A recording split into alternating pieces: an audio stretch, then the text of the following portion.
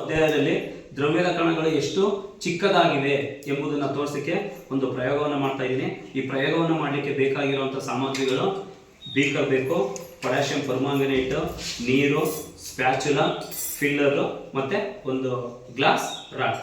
ಮೊದಲನೇ ಬೀಕರ್ಗೆ ನಾನು 100 ml ನೀರನ್ನು ತೆಗೆದುಕೊಂಡಿದ್ದೇನೆ. ಇನ್ನು ಉಳಿದಂಥ ಬೀಕರ್ಗಳಿಗೆ 90 ml ನೀರನ್ನು ನಾನು ಹಾಕಿದ್ದೀನಿ.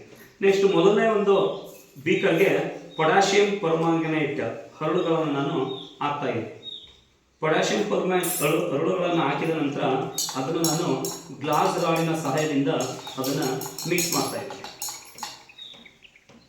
ಈಗ ಇಲ್ಲಿ ಪೊಟ್ಯಾಷಿಯಂ ಪರ್ಮಾಂಗನೇಟ್ನ ಕಣಗಳು ಏನಾಯಿತು, ವಿಭಜನೆಯಾಗಿ ನೀರಿನಲ್ಲಿ ಹರಡ್ಕೊಂಡಿದೆ. ಈಗ ಇದನ್ನು ನಾವು ಪೊಟ್ಯಾಷಿಯಂ ಪರ್ಮಾಂಗನೇಟ್ ದ್ರಾವಣ ಅಂತೇಳಿ ನಾವು ಇದನ್ನು ಕರಿತೀವಿ. ಈ ಪೊಟ್ಯಾಷಿಯಂ ಪರ್ಮಾಂಗನೇಟ್ ದ್ರಾವಣದಿಂದ 10 ml ದ್ರಾವಣವನ್ನು ತೆಗೆದುಕೊಂಡು ಎರಡನೇ ಬೀಕರ್ಗೆ ನಾನು ಹಾಕ್ತಾ ಇದ್ದೀನಿ.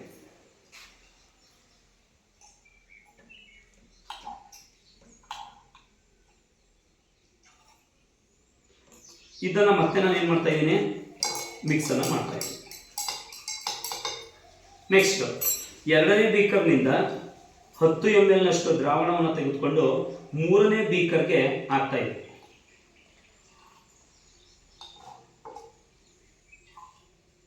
ಮತ್ತೆ ಇದನ್ನು ನಾನು ಏನು ಮಾಡ್ತಾ ಇದ್ದೀನಿ, ಕಲಿಸ್ತಾ ಇದ್ದೀನಿ.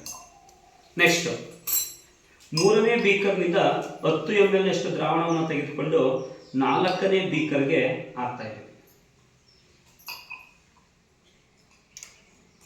ಇದನ್ನ ಏನು ಮಾಡ್ತೀನಿ, ಮತ್ತೆ ನಾನು ಮಿಕ್ಸ್ ಅನ್ನು ಮಾಡ್ತೀನಿ. ನೆಕ್ಸ್ಟ್ ನಾಲ್ಕನೇ ಬೀಕರ್ನಿಂದ 10 ml ದ್ರಾವಣವನ್ನು ತೆಗೆದು 5ನೇ ಬೀಕರ್ಗೆ ಹಾಕ್ತಾ ಇದ್ದೀನಿ.